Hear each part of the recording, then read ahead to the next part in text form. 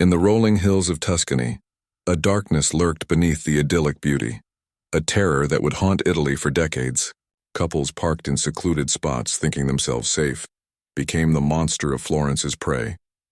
From the 1960s to the early 1980s, these killings were meticulous, ritualistic, and seemingly impossible to solve. Italy was gripped by fear as investigators scrambled for answers, yet the monster always remained one step ahead. The air of mystery, the audacity of the crimes, and the meticulous planning behind each attack transformed a series of murders into a legend, a chilling narrative that would linger in the shadows of Florence forever. As the bodies continued to appear, law enforcement realized that this was no ordinary serial killer. The monster's intelligence, patience, and understanding of human psychology made him almost untouchable. Witnesses spoke of eerie silence, shadowy figures, and the feeling of being watched. News outlets ran sensational headlines, and the Italian public lived in a state of constant fear, unable to predict when the next attack would occur. Each murder not only shattered lives but deepened the mystery, forcing authorities to confront the horrifying reality that the monster might never be caught. And yet, this case is more than history. It's a chilling story of obsession, fear, and cunning that resonates even today. Every clue, every failed arrest, and every unsolved question pulls you into the darkness, compelling you to look closer, think deeper, and imagine the mind of someone capable of unimaginable cruelty. If you are ready to explore one of the most terrifying unsolved cases in modern history, brace yourself, because the Monster of Florence will challenge everything you think you know about evil. The first murders shocked Florence, striking fear into the heart of Tuscany. Couples parked in remote areas seeking privacy became unsuspecting victims of a killer who struck with surgical precision. Bodies were discovered under the night sky, mutilated in ways that suggested not just a crime of passion, but a meticulously orchestrated ritual. Law enforcement struggled to comprehend the sheer brutality, the methodical selection of victims, and the chilling precision with which the crimes were executed. Florence had never seen such calculated evil, and the public's sense of safety dissolved overnight. Investigators combed crime scenes for clues, yet the monster left almost nothing behind. Fingerprints, footprints, or even minor evidence seemed to vanish into thin air. Each murder scene revealed a pattern, a signature that was both horrifying and methodical. Psychologists suggested that the killer targeted couples to assert control over intimacy itself, deriving pleasure from fear and domination.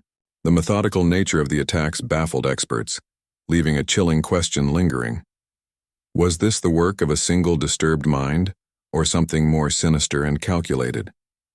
Fear rippled through communities as families restricted movement and lovers abandoned secret rendezvous spots.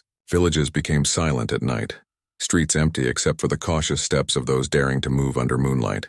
The monster had transformed Tuscany, once known for romance and culture, into a landscape of terror. Each disappearance and murder reinforced the idea that no one was safe, and the psychological impact of living under such scrutiny and dread would last for decades. As more murders occurred, investigators began to recognize a sinister pattern. Couples targeted in similar locations, attacks executed with precise timing, and evidence carefully manipulated all suggested a calculating mind. The monster was not random. He was deliberate, patient, and methodical. Each crime scene whispered of obsession, of compulsion, and a deep understanding of human behavior. Authorities realized they were dealing with a predator who operated not just physically but psychologically, manipulating fear itself to heighten his control. The emergence of patterns allowed law enforcement to begin constructing a profile, yet frustration mounted. Every clue seemed to deepen the mystery rather than solve it. Witnesses recalled shadowy figures, strange movements in the hills, and vehicles spotted near crime scenes. The press sensationalized these reports, amplifying public anxiety. Communities were gripped by paranoia, and every stranger became a potential suspect.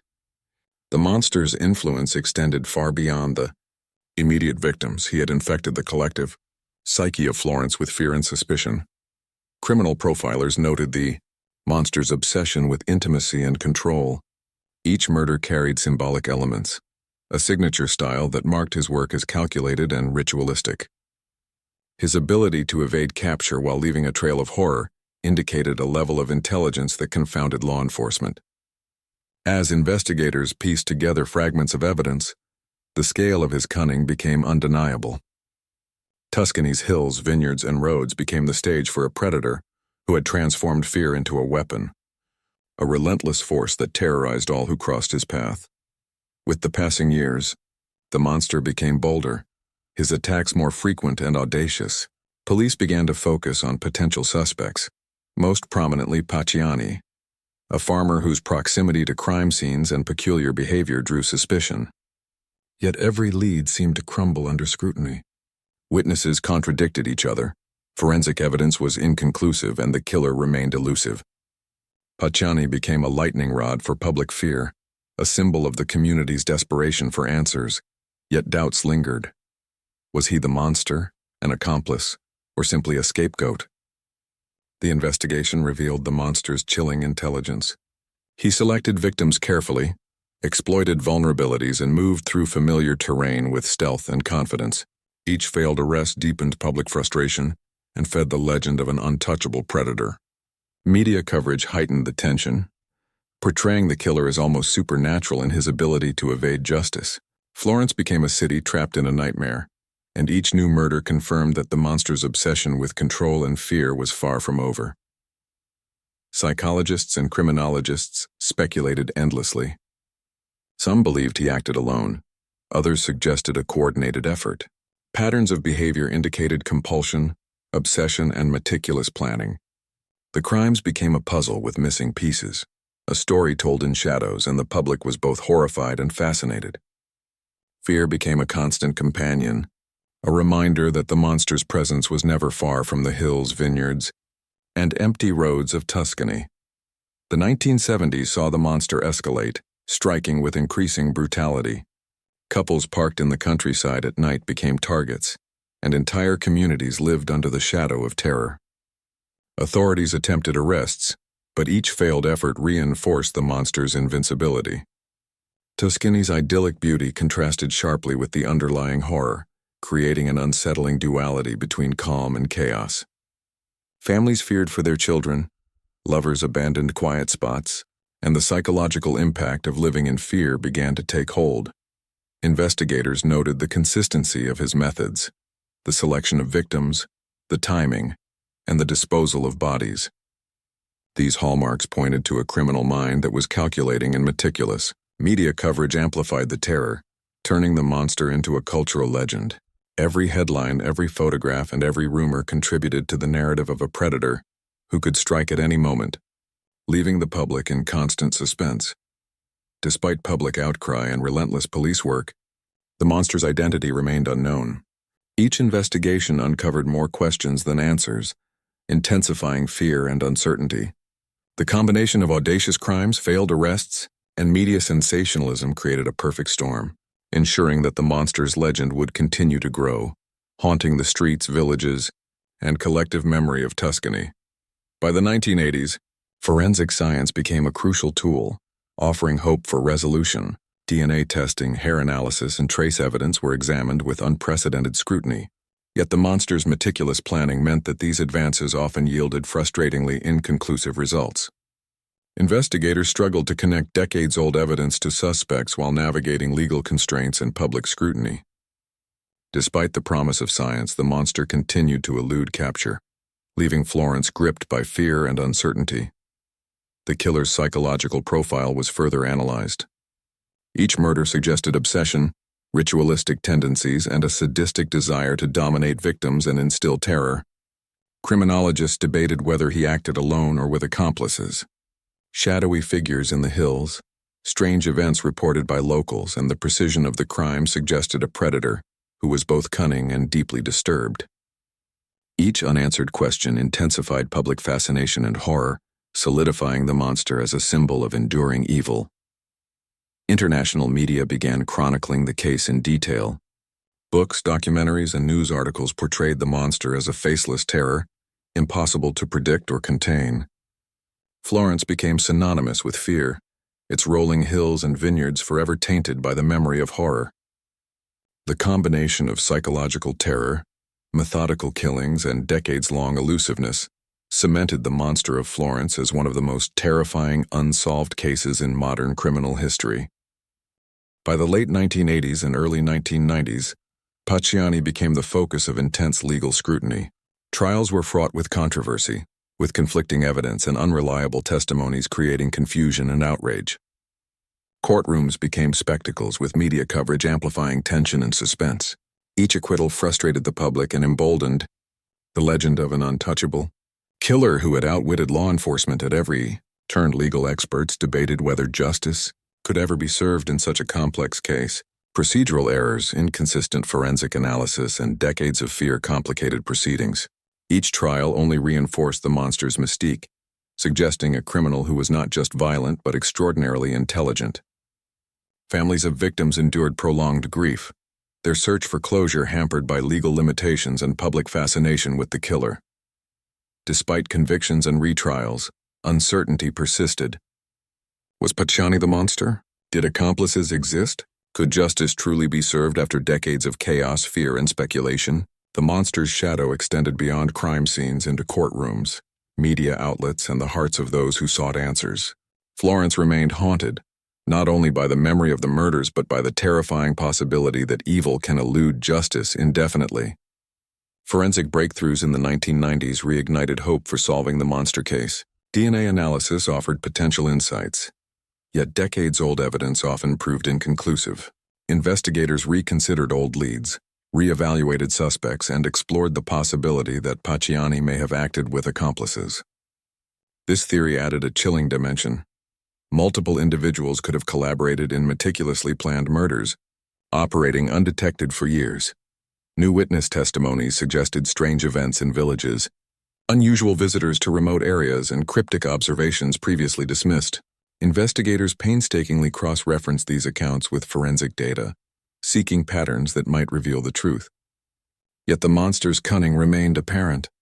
His crimes had been executed with precision, leaving authorities struggling to connect fragmented clues into a coherent narrative. The world watched with fascination. International media chronicled every development, while criminologists debated motives, psychology, and methodology. The monster had transcended his crimes, becoming a symbol of enduring fear and obsession. Tuscany's idyllic countryside had been forever changed, its rolling hills a reminder of a predator who combined intelligence, patience, and cruelty to evade justice. Even into the 2000s, the Monster of Florence captivated global attention. Documentaries, books, and news coverage dissected decades of murders, trials, and investigation missteps. Media sensationalism amplified suspense, presenting each new theory as potentially definitive, yet leaving questions unresolved.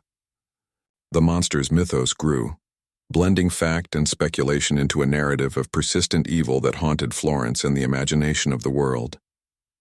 Investigators struggled with degraded evidence, faded memories, and conflicting testimonies. Appeals, retrials, and forensic reanalysis revealed procedural errors, complicating an already convoluted case. Families of victims faced renewed trauma as legal battles reopened wounds, while the public remained both horrified and fascinated by the elusive killer.